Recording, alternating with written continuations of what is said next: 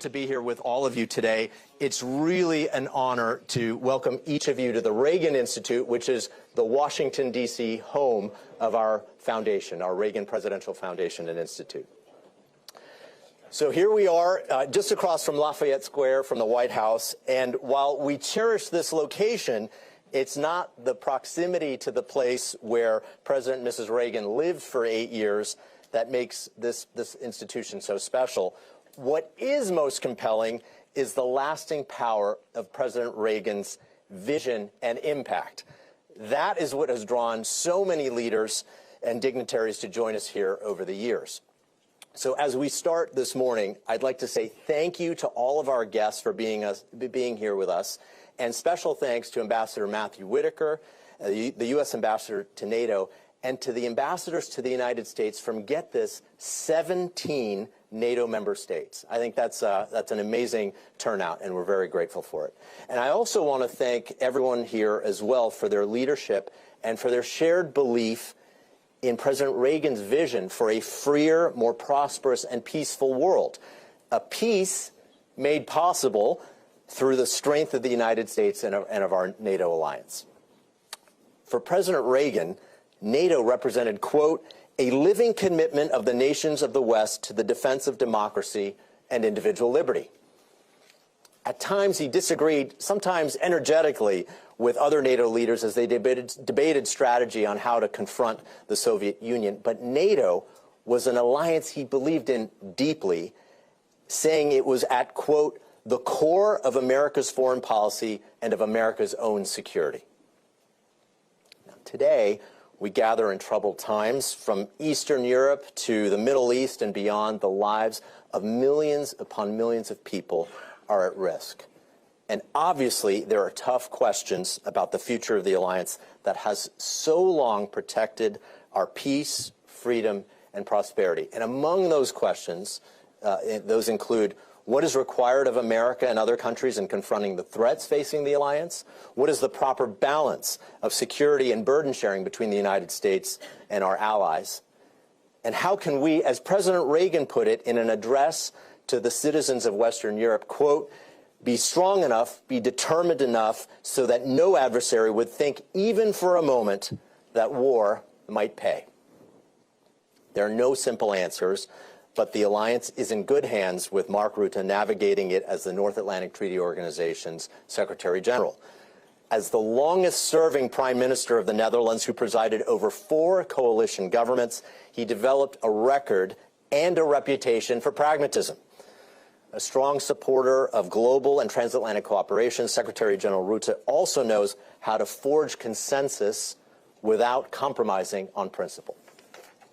So especially in this consequential moment, Mr. Secretary-General, we look forward to your remarks, which will be followed by a conversation with the Reagan Institute's own policy director, Rachel Hoff. So ladies and gentlemen, please join me in giving a warm welcome to the 14th Secretary-General of NATO, Mark Rutte.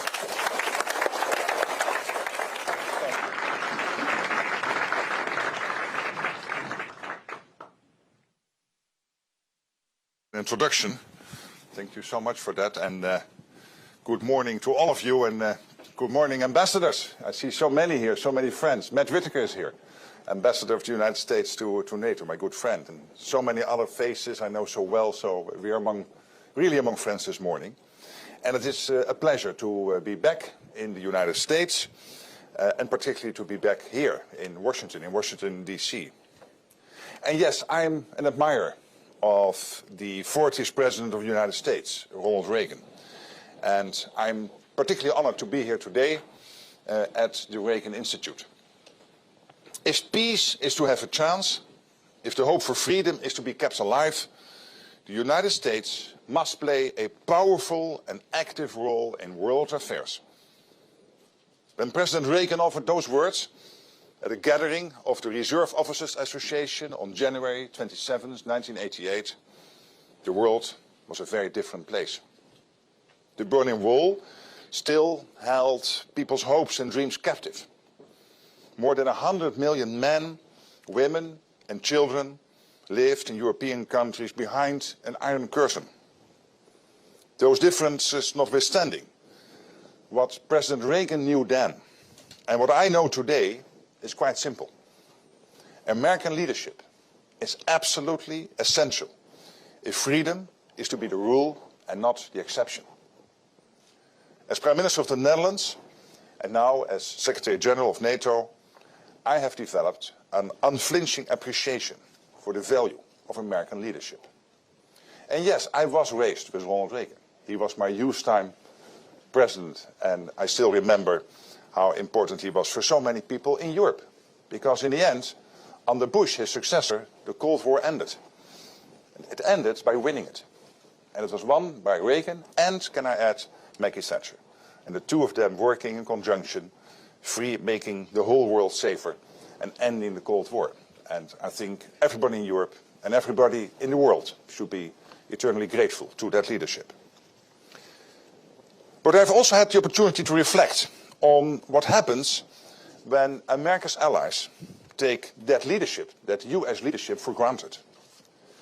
In the years following President Reagan's address to those reserve officers, as we entered the so-called end of history, while those newly free sought to pass into NATO and began to build their own capacities to contribute to our shared security, other European allies shifted away from decades of investing in conventional military partnership with the United States during the Cold War in favor of an unhealthy codependence.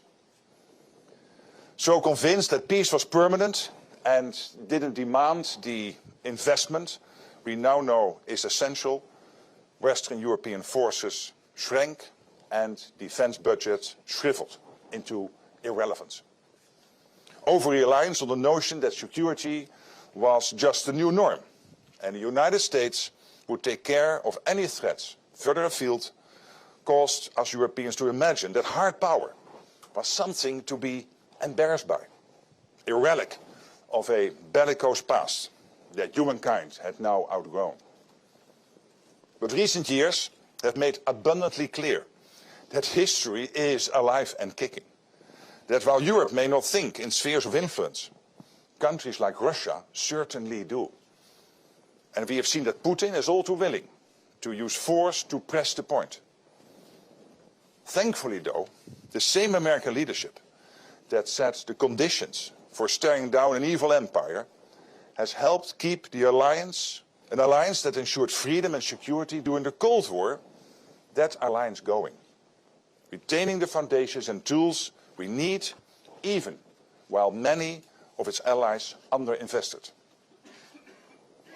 President Trump's commitment to progress reversed more than a generation of stagnation and atrophy by reminding Europe that values must be backed by hard power. Hard power provided not only by the United States, but through the collective effort of countries who are part of the most successful military alliance ever built. The President drove allies toward a historic decision at NATO summit in The Hague last summer to invest 5% of GDP into defense. And this will help to ensure that the NATO of the future is not an alliance in which allies are unhealthily dependent on the United States, and in which the United States knows that it has capable partners who are ready, willing and able to defend our freedom and security. Those investments are already laying the foundation for a stronger Europe in a stronger NATO, for a genuine partnership and a security that our freedom deserves. These investments are crucial. And allies are moving quickly to secure the budgets, grow their armed forces and field the capabilities we know we need. But even with this progress, it is clear we will need more.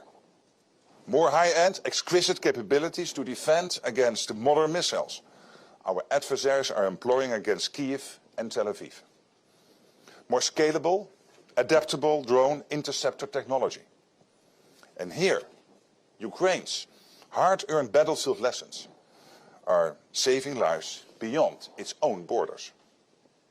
At this moment, allies on NATO's eastern flank and our dear friends in the Gulf are defending against Russian and Iranian drones, thanks in part to Ukrainian technology that did not exist even 1 year ago. So business as usual will not meet this moment. And allow me here to applaud President Trump for his bold leadership and vision.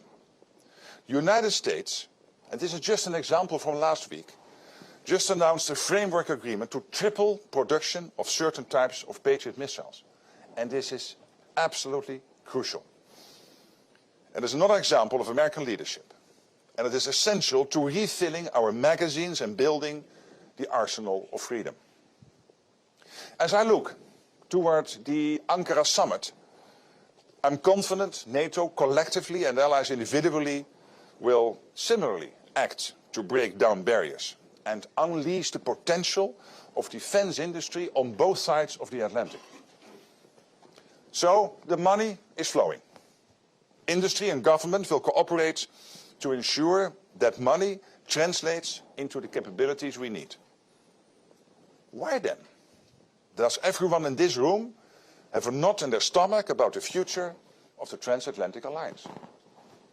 Why, when we turn on our televisions or scroll on our phones, do we see eager early drafts of NATO's obituary? Let me be clear. This alliance is not whistling past the graveyard, as you would say in the United States. Allies recognize, and I recognize, we are in a period of profound change in the transatlantic alliance. Europe is assuming a greater and fairer share of the task of providing for its conventional defense. And from that, there will be no going back, and nor should there be. This is a move from unhealthy codependence to a transatlantic alliance grounded in true partnership. For increased investments and improved production to matter, they must be accompanied by a mindset shift. That mindset shift is well underway. But these shifts are often only fully appreciated with the benefit of time. And the space between can be precarious. Let's consider the most recent events.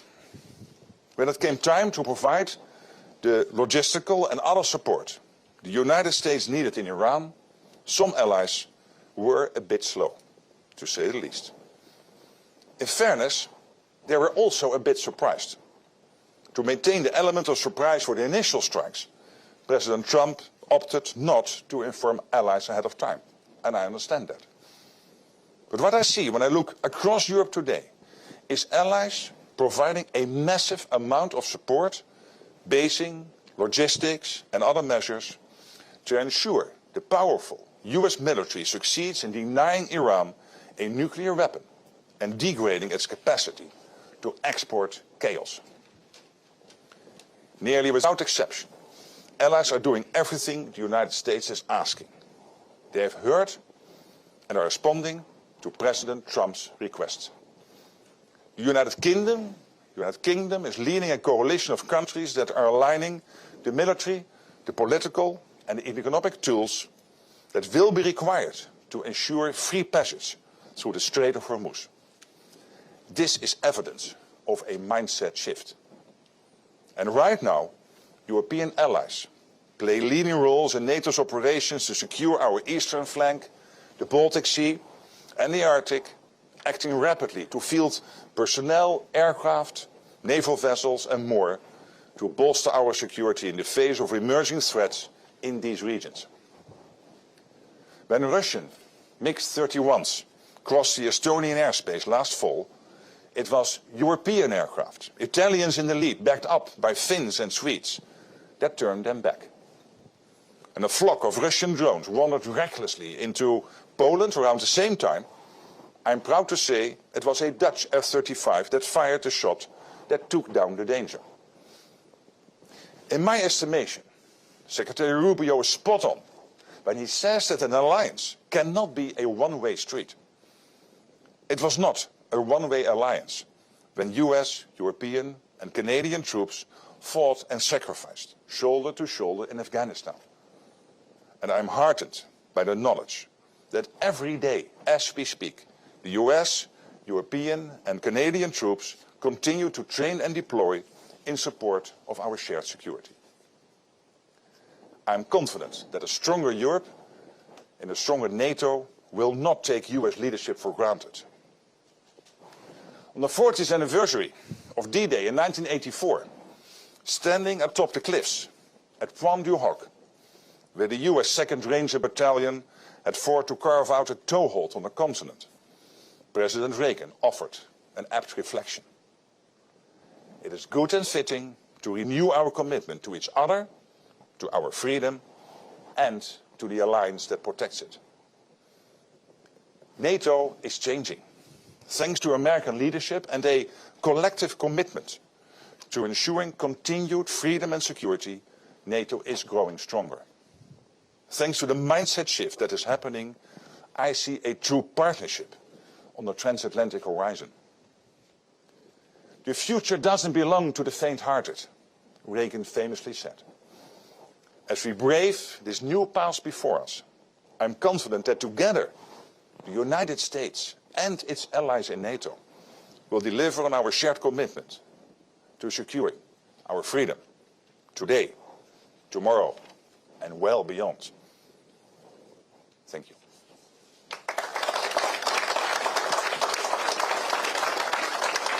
Please welcome to the stage Policy Director of the Ronald Reagan Institute, Ms. Rachel Hoff. Well, thank you so much. Thank you so much, Mr. Secretary-General, for those remarks and for being with us here at the Reagan Institute today. It's a real honor to host you during your visit to Washington. Your remarks have given us a lot to talk about, and in particular, you've already addressed, as we say in the U.S., the elephant in the room, about the knot in the stomach, about the future of the transatlantic relationship and the NATO alliance. Understanding, of course, that with your visit to the White House yesterday, your meetings with President Trump, Secretary Rubio, Secretary Hegseth, of course, in many ways, diplomatic conversations must remain private in a certain extent in order to work. But what can you share with us from those conversations as we think about the future of the alliance? Yeah. Well, I mean, as they would say in diplomatic circles, these conversations were frank and open. Which is good. Candid. I mean, they may have been candid. They even were candid, frank and open.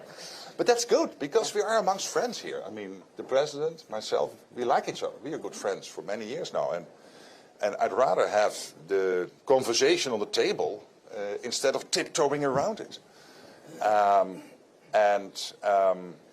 sensed his disappointment about the fact that he felt that too many allies were not with him. And I explained to him yesterday, I said, hey, Mr. President, clearly the overwhelming majority of Europeans have done what the US asked of him and what was previously agreed in these circumstances.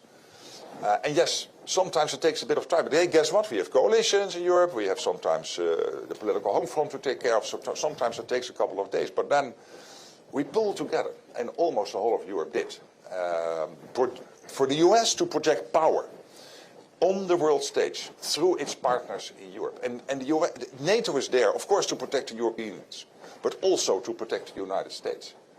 As Jonas Sture, the Norwegian Prime Minister, said, these huge nuclear submarines in Russia are not there to attack Norway. They are there to attack the United States. And it is thanks to the alliance that we are able to make sure that they are not able to get in a position to do that. So, and this is just an example where both the US mainland and Europe stay stronger and safe because of the alliance. So it was a good conversation. It was open and candid. And I clearly felt his disappointment, which, again, to a certain extent, I understand. The President certainly made his disappointment clear. He's invoked renewed calls for the U.S. to potentially withdraw from NATO. Important to remember, though, that the challenge of America's participation in NATO itself is not necessarily something new. I'm always reminded of your earliest predecessor, the very first Secretary-General of NATO, who said that the challenge of the alliance, maybe the purpose of NATO, is keeping the Russians out and the Americans in. What case did you make to the President about keeping the Americans in, and what case would you make to the American people about why NATO matters? What's the value proposition to the Americans? Well, let's start with sometimes the wrong value proposition. The wrong view on this, I feel, I mean, I'm an audience of one, but let's have that debate, is that NATO was founded because the United States didn't want to repeat a mistake after the Second World War of isolationism, which was the case after the First World War. At a famous speech by Churchill, late December in the US Congress, where he said, again, for the second time in the 20th century, the long arm of history reaches out to the new world to come to the defense of the old. And let's not repeat that mistake.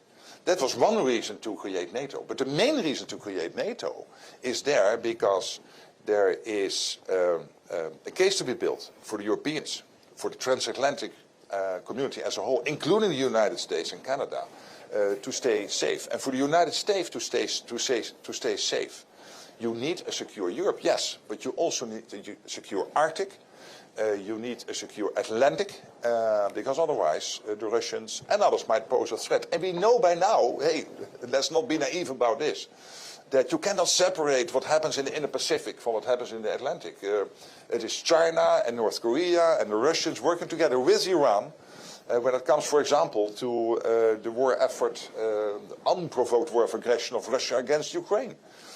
They work together. This is worldwide, and we have to work together. I'm not pleading for NATO to expand to the Indo-Pacific, but the fact that we have that close cooperation now with Japan, with Korea, South Korea, with obviously Australia and New Zealand, I think is evidence of that. So for all these reasons, if my family lives in the United States, and they are partly Americans anyway by birth, and others have moved here after the Second World War, they deeply sense that for the US to stay safe, we have to stick together, and we need this transatlantic partnership.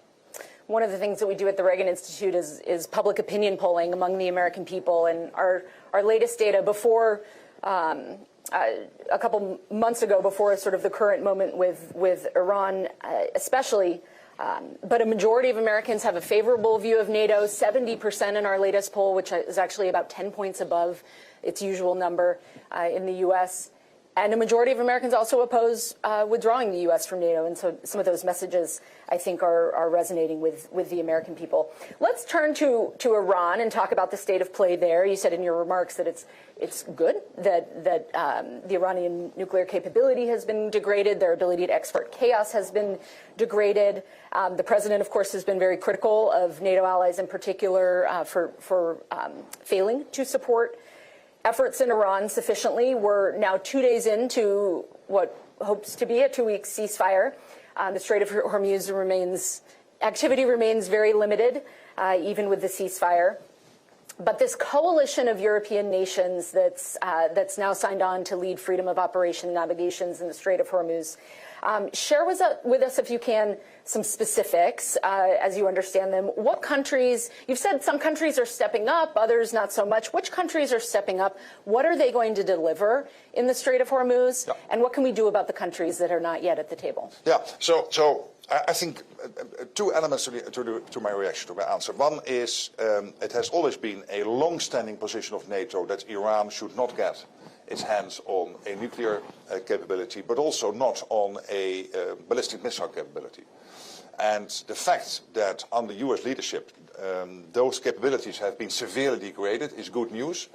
Existential news for Israel, existential news for the Middle East, but also for Europe and for the whole world.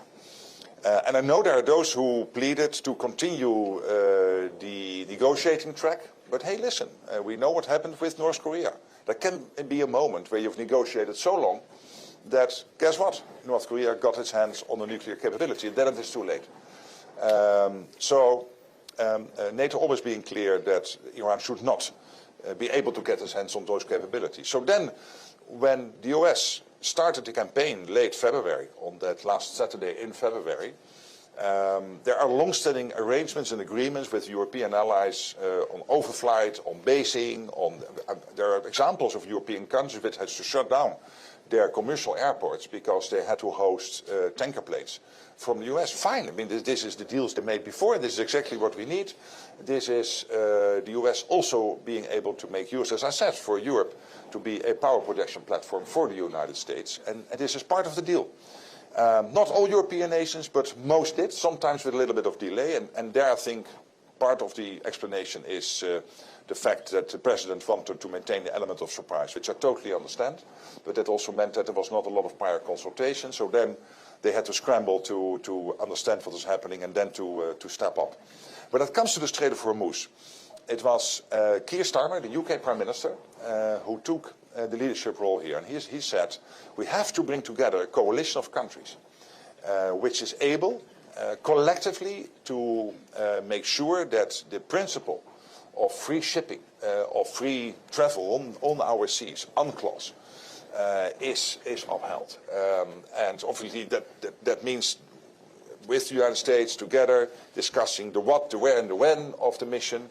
But this is about practical support. It is about, when you take my country, the Netherlands, announcing yesterday, it will probably be about mine hunters, it will be about frigates, it will be about radar technology. And so each country is now looking for what they can do to contribute to this, to make sure that the Strait of Hormuz stays open.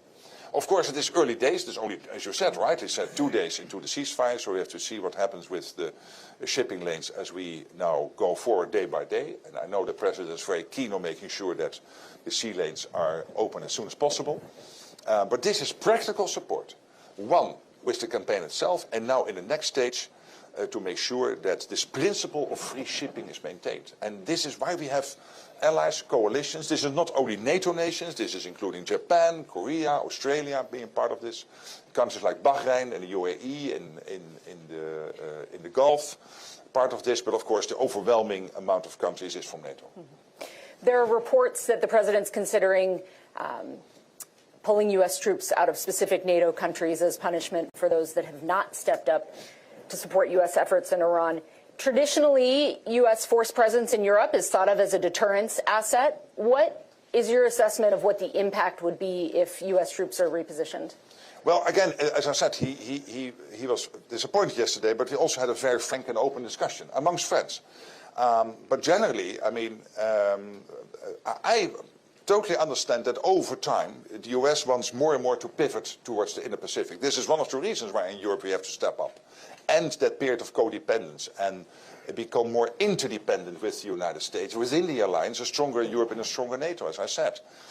What is important, of course, over time when you achieve that point, is to make sure that whilst the Europeans are stepping up, and the US is, over time, making sure that they can also take care of the threats in the Indo-Pacific, and of course here in the own hemisphere, that it's done in a way where, when it comes to the essential capabilities and essential support, that we stay strong as an alliance. But everybody agrees with that. There's no debate on that.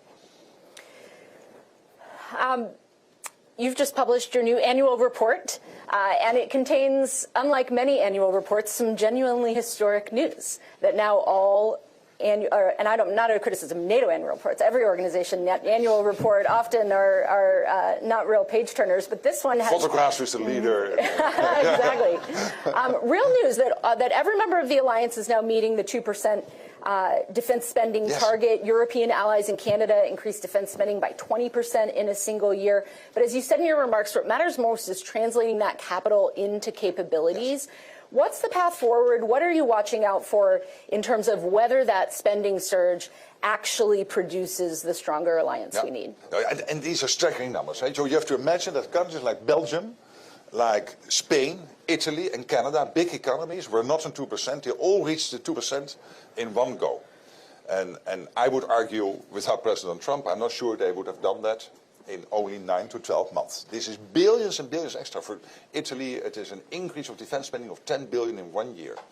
And then the whole of the alliance having committed to the 5% at the summit in The Hague. So we need the credible path to get there. So not just simmering around to 2% and then in 2034 all of a sudden we go from 2 to 5. No, it has to be a credible path. This is one of the things we will look for in Ankara. Ankara will focus primarily on industry, industrial production.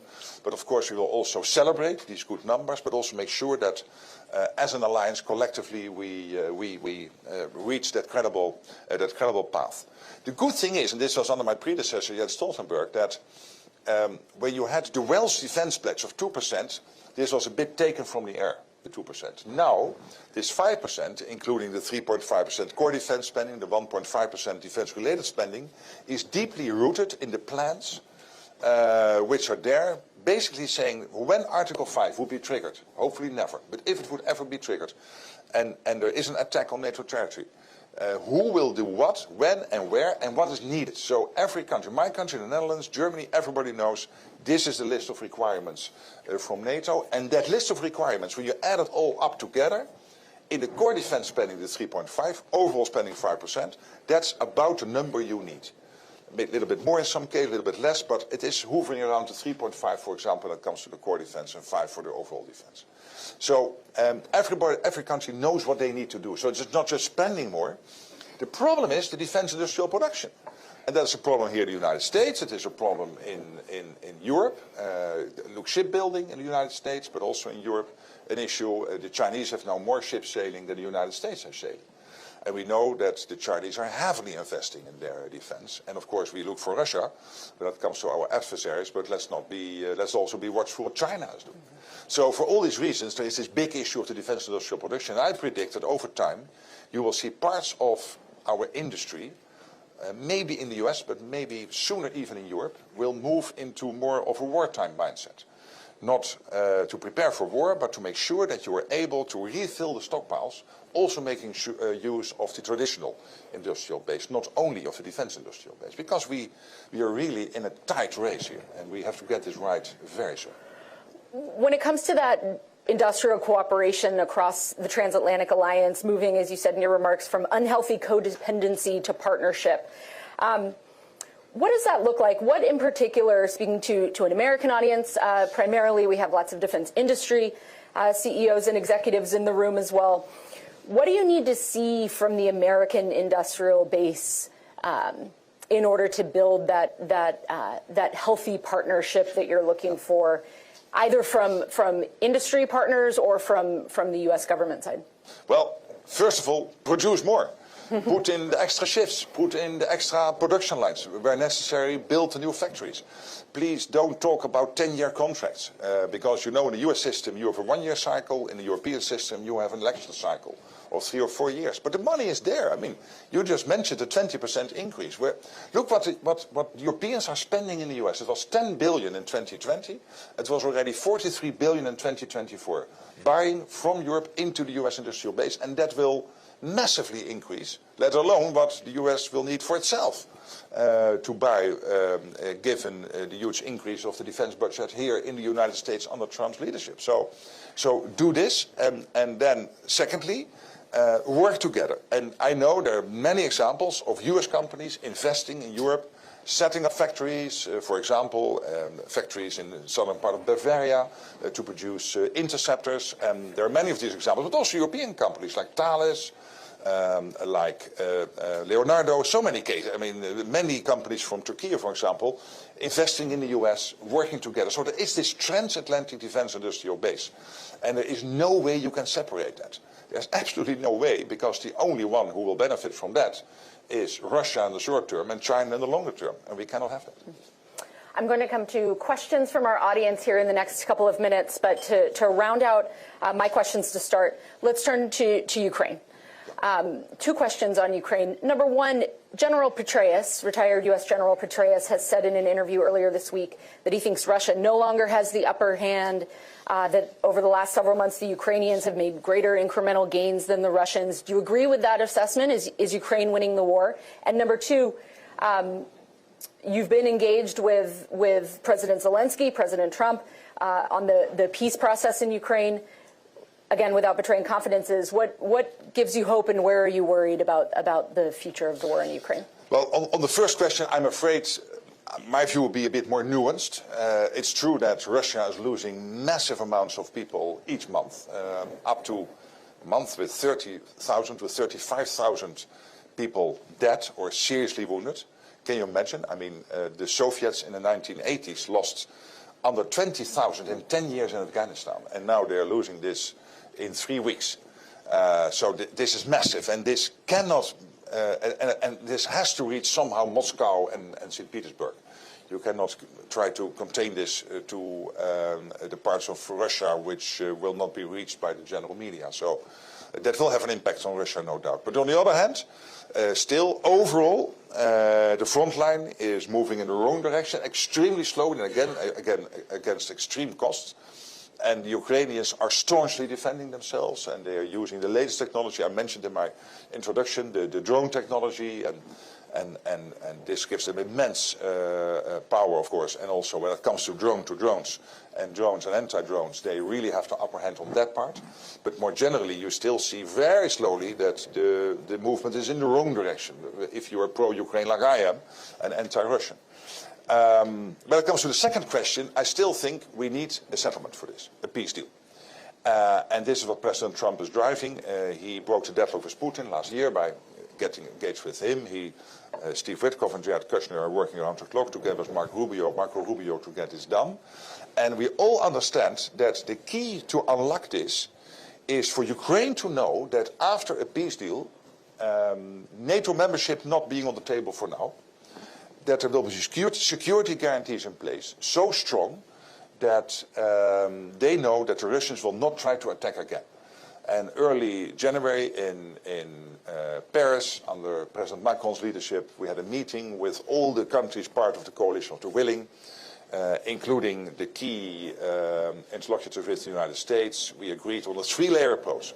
Layer one is the Ukrainian armed forces. They have to be the strongest possible, with huge investments from Europe and the US to make sure they can defend themselves. Second layer being the coalition of the willing, so that's primarily Europe, but also some non-European nations. And the third layer being the United States providing the backstop to that coalition. And that is a very strong package of security guarantees. And this is key to unlock the debate on what is somehow the landing ground for a peace deal. But of course, you need two to play tango. Eh? Also, Putin has to play ball, and of course, this is also testing him, how serious he is in getting this done. Mm-hmm. There's an argument that the U.S. military footprint in Europe is misaligned to the current threat, thinking beyond Ukraine as well.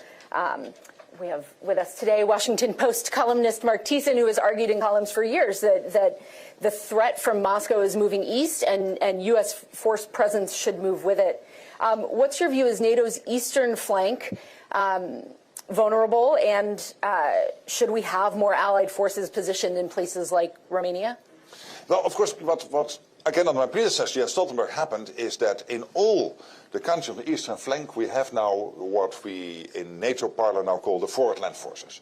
And these are multi-country forces helping to defend, for example, Latvia, where it is Canada taking the lead, Estonia, where the UK is taking the lead, Poland, where the US is taking the lead, so, and Lithuania, where my country, the Netherlands, is active under leadership of Germany.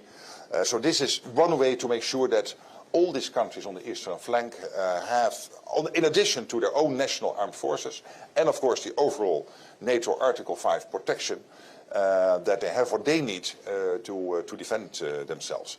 And of course you always have to make use of your resources, which are always limited, in the best possible way. So this is a debate we constantly are having. Where should you deploy? What is the best way to do that? I leave that primarily to the military, and we have, by the way, with Alexis Krinkovich, Colsheim Crinch, the new Supreme Allied Commander Europe, and also commander of the US forces in Europe, we have an amazing senior commander, a 4-star general, who is constantly with his team assessing what is the best way to make use of all the resources available from the US, from Europe, to protect the continent. Last question for me before we go to the audience. Let's end by talking about our namesake. You invoked President Reagan in your remarks. You've done so in Europe. You've done so in your meetings with President Trump. You said you were raised with Ronald Reagan, in a sense. What does President Reagan's legacy mean to you? And in particular, with all of the challenges facing NATO, what principle or what idea from President Reagan should we remember? What's most important? The total clarity of focus from the day he entered into office till he left the presidency in 1988 and handed over to Bush, to Herbert Walker Bush, who then took that legacy and in the end saw the Berlin Wall coming down. That leadership first of all, total clarity of focus, which is we have to win the Cold War, end it by winning it. There's no other way. And he knew that in Maggie Thatcher he had the best possible ally in Europe, in the United Kingdom, that special relationship, which is so important to the alliance and to the whole transatlantic community. And it was Maggie Thatcher who at that time was rebuilding her country. Don't forget that in the 1970s, the UK was run by the trade unions, more or less. And she was able, fighting the coal miners' union, getting the Falklands back from the Argentina junta in 1982. She was a staunch leader. And these two leaders, deeply understanding the value of democracy, of freedom, that power, I think, has brought us so far. But also there is the legacy of the diplomacy. When Bush, when the Berlin Wall came down, it was Bush who understood that he could not celebrate that. And he got criticized for that here in the United States. Why don't you celebrate the fact that you, thanks to your leadership and the president preceding you, President Reagan's leadership, you brought down the Berlin Wall. He understood that for Gorbachev to survive at that important moment, he could not celebrate that too overtly. And it is also that type of leadership. And I really admire also Bush. But first of all, Ronald Reagan, and of course there are so many funny stories about that relationship, but I'll make use of that in the lunch. But how Maggie Thatcher would hand back herself into the Oval Office, and the whole of the American administration telling the president, you've got to say no to the Prime Minister. Yes, I will. You've got to say no. Hello, Ronnie. Let's first have a meeting one-on-one. And then she went to the Oval Office, sat for an hour, they came out, and of course he had agreed with everything the Prime Minister wanted. And his staff said, but you would say no to the Prime Minister. You cannot say no to Maggie. And this is also the sweet part of that relationship. And we are all better off for the fact that these two remarkable leaders were taking charge of the world in the 1980s. We are. Yeah. Let's turn to our audience. We have some microphones here for those that have questions. Let's start in the back here, and then we'll come up here. Alina Shirazi from Daily Mail. So based on your conversation with the president yesterday, do you think that he is still going to stay in NATO since you know him so well? And second of all, do you still consider him daddy after yesterday? Well, on the daddy thing, this is a language problem. What happened is the following. I have to explain to you, because it follows me a little bit. I can assure you. No, we had a sort of pre-summit meeting, the president and I, in June in The Hague. And he had been very angry that day with Iran and with Israel. This was in June last year. And in Dutch, you would say, hey, the translation of your father is daddy. And I would say, I said, hey, yeah, sometimes daddy has to be angry. So I was not calling him my daddy, but saying. But of course, daddy has also a special connotation. And I now have to live with this the rest of my life. And I own it, and the president owns it, because he brought out T-shirts, he made a movie, Daddy is Home, and he returned to the United States. This was so funny. And this is why I like him so much. But, hey, yeah, you make mistakes. And this is when you are not a native speaker. Sorry for that. No, again, as I said, the conversation was really open. It was really between friends, but there is really also clearly his disappointment. Just up front here. Yes. Good morning. The former ambassador of Italy to the alliance. Thank you for your remarks, and you mentioned the UK initiative to bring together European forces and other forces to ensure the safety of the Straits. And as Secretary-General of NATO, considering that NATO has important presences in the Middle East, from Jordan to Kuwait to even Iraq, do you see that there could be a role that NATO can play as a coordinating force, also to show the added value to President Trump that is asking for that, and considering also that the next summit will be in Ankara, which is clearly a strategic play in that region. How do you see that playing out? Thank you. I would argue let's do it step by step, but with speed. And the step now being taken is for this coalition of now 34 countries who gathered together at the military level last Tuesday to start doing the detailed planning for what this Hormuz mission could be. I think that's step one.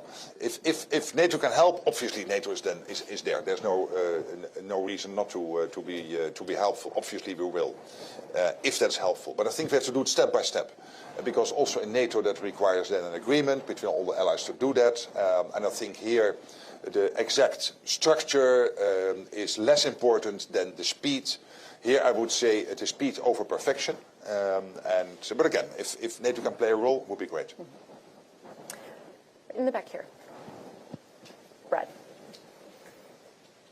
Mr. Secretary-General, thank you for your remarks and your leadership. Really appreciate it. At our think tank, Foundation for Defense of Democracies, our Center on Military and Political Power, we've been researching how China, Russia, Iran, and North Korea are cooperating. Based on your role, I'm wondering if you could speak in more depth about how Russia and Iran are cooperating and how that's increasing the capabilities of both Russia with respect to Eastern Europe and Ukraine, and also Iran in the Middle East. Thank you, sir. They're absolutely cooperating. I mean, North Korea, China, Iran, Belarus, and Russia are working together when it comes to this war of aggression against Ukraine, and particularly when it comes to Iran and Russia, it is drone technology. It is other military technology, and the Russians are returning with money, and the money is being spent for Iran to create the utter chaos. They are the main exporter of chaos in the Middle East, through their proxies, but also directly trying to build this ballistic missile capability and the nuclear capability. We have seen these missiles going into US property about 4,000 kilometers, so 2,500 miles away from Iran. So that is quite a distance, which shows you that Iran is close to really having operationalized that technology. And again, that's the reason why I think it is so important that the US has degraded those two capabilities, both nuclear and ballistic missiles. But it is technology into Russia, money from Russia to Iran. Ambassador Mark Rutte. Thank you, former Ukraine's ambassador. Yes, thank you, Mark, for Good your to see excellent leadership and in NATO and before. But thank you, Brad, for excellent question. Given that our enemies really cooperate together and they work together hand in hand, not just on Ukraine, but elsewhere, do you think Ukraine's capabilities, and there is no doubt that Ukraine's drone capabilities and others, is the answer to so many problems, not just in Ukraine, and the need to build this transatlantic bridge, Ukraine, Europe, the US, actually calls for renewed discussions on Ukraine's membership in NATO. And I know it's not on the table right now, but the preparation and everything that we actually can be stronger in Ukraine can contribute to NATO as it can.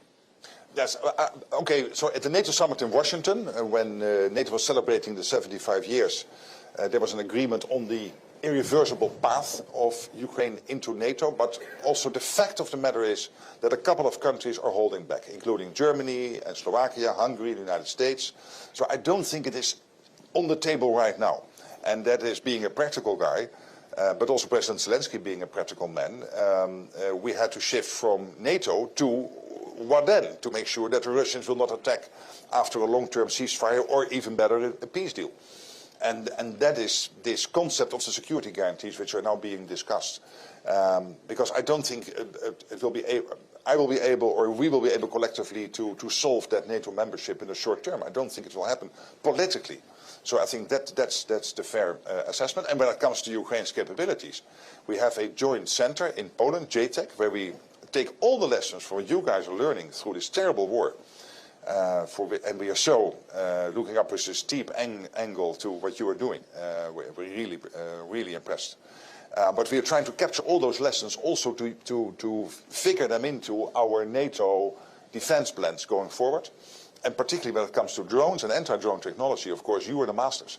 Zelensky wisely traveled to the Middle East to help Middle Eastern Gulf countries now with dealing with the drone threat from Iran. So this is evidence of Ukraine really stepping up and also making use of its capacities now and capabilities, also when it comes to the region in the Middle East. Let's go back to this side of the room in the back row, and we'll come to the middle. Hi, Paul McCleary with Politico. Thanks for doing this. Hi, good morning. Good morning. The Trump administration has spent the past year kind of telling NATO to stay out of the Middle East, stay out of the Indo-Pacific, focus on Europe, focus on Russia. Now it's demanding, as you said, that NATO help in Strait of Hormuz in the Middle East. Is that creating some whiplash there among allies about what exactly the administration is asking and how you can move quickly enough to meet their needs? Well, I think the thinking also on the US side is constantly evolving when it comes, for example, to the Indo-Pacific. It is true that for some time there was an idea that you should focus more on your own area. And of course, it is always focus above synergy. So first, deal with your own issues, and NATO not being on 2% and now having to move to the 5%. And before all these decisions were taken, I totally accepted the US view that focus above synergy, first focus on your own problems. But now that we have solved some of those issues in the NATO summit, and now that the whole of alliance has reached this 2% threshold, so the foundation is now laid, what I also hear back in US circles and European circles is that most likely, if China would move against Taiwan, why not first call your junior partner in all of this, which is one Vladimir Vladimirovich Putin, residing in Moscow, and ask him to keep us busy here. So most likely it will not be limited, something in the Indo-Pacific, to the Indo-Pacific. It will be a multi-theater issue. And that means that my chief of staff was in Japan just last week, carrying messages. And I'm constantly in contact with the 4 partners in the Pacific. By the way, the distance between Japan and Australia is longer than between Japan and Brussels. But still, we see it as one theater, the Indo-Pacific, which tells you something about the size of the globe. But hey, this is important because we cannot look at these 2 theaters separately. They are all interconnected. We have time for a couple more questions. Let's go in the back middle there. Thank you. Morgan Phillips with Hi, Fox good News. morning. Good morning. There seems to be some differing views between the U.S. and Europe on what NATO's obligations are as it relates to the Iran conflict. After your meeting with President Trump, do you think the U.S. and Europe are on the same page about what NATO's obligations are? Yeah, and it's not so much NATO, it is the allies. So first of all, it might be that NATO plays a role, like the Italian ambassador was just referring to, but I think it is what allies can expect from each other. And I think rightly the US was expecting that if you have deals with European countries on making use of your own bases and other infrastructure in those countries in case you need it, that then of course countries should live up to those commitments. And the good news is, hey, guess what? The most of them did. Not all of them, but most of them. And sometimes it took a little bit of time, but most of them did. Now, when it comes to the Strait of Hormuz, what we are seeing under the leadership of Keir Starmer and these 34 countries working closely with the US is of course a shared commitment and agreement that we cannot accept the strait to be closed. It has to be opening up, and when it is opened up, we have to keep it open. Because this is about free shipping, it's about the law of the sea, it is about free trade, etc. So big maritime nations like the UK, but also my own country, which is not that big, but as a maritime nation, relevant in the Netherlands, but also I spoke to the Norwegian Prime Minister this morning on the phone, who is the 5th biggest maritime nation on earth. So that these nations come together, work together in this coalition to support this endeavor, I think is only logical.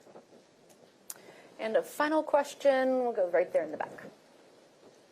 Rinaldi, CBS News. Good Thank morning. you for being here. Hi. Can you shed any light on conversations you might have had with President Trump about Greenland? And would NATO be willing to give up Greenland to President Trump?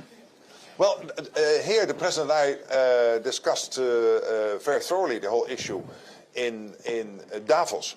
And first of all, I share his view that there is a big risk that the Russians and the Chinese will become even more involved in the Arctic. Of course, the Arctic is at the moment 8 countries, 7 are part of NATO, 1 Russia not. And then there is China, which is a sort of honorary 9th Arctic country, because they are more and more involved there through Russia. So I think the President is right that we have to defend ourselves. So what we agreed in Davos is, one, that when it comes to the Arctic, NATO has to play a role here. And under General Klinkovich's leadership, we started Arctic Sentry, which is bringing together 5 of the NATO countries in the Arctic, plus, of course, all the other allies, and making sure that the Arctic stays safe, working closely with Canada and the US through NORAD, through NORSCOM. And this whole endeavor started late January and will help us to defend the Arctic, including Greenland, from this Russian and Chinese influence. So that is one part. The other part, of course, is that Denmark, Greenland and the US continue their bilateral, trilateral talks, focusing on one, what happens if Greenland would in the future, maybe, yes, no, change its constitutional position within the Kingdom of Denmark. Would agreements then still be valid? I think a fair question to ask and to answer and to get an answer to. I think that's solvable. And secondly, how to prevent, when it comes to the Greenland economy, Russia and China getting access. So those conversations are ongoing. Mr. Secretary General, as we wind down our conversation today, I want to close by finishing a quote that Dave began in his introductory remarks. It's from President Reagan from the 1988 address that he gave to the citizens of Western Europe. He began, as Dave said, the Atlantic Alliance is the core of America's foreign policy and America's own security. But he went on, preservation of a peaceful, free, and democratic Europe is essential to the preservation of a free, peaceful, and democratic United States. If our fellow democracies are not secure, we cannot be secure. That is not simply a matter of treaty language. As important as treaty language is, it is an enduring reality. As enduring, President Reagan said, as the reality that a threat to the security of the state of Maine or New York or California is a threat to the security of all 50 American states. And then he said this, simply put, an attack on Munich is the same as an attack on Chicago. That's how President Reagan saw the NATO alliance. Mr. Secretary General, thank you for your work to preserve that alliance, and thank you for being with us here today. Thank you.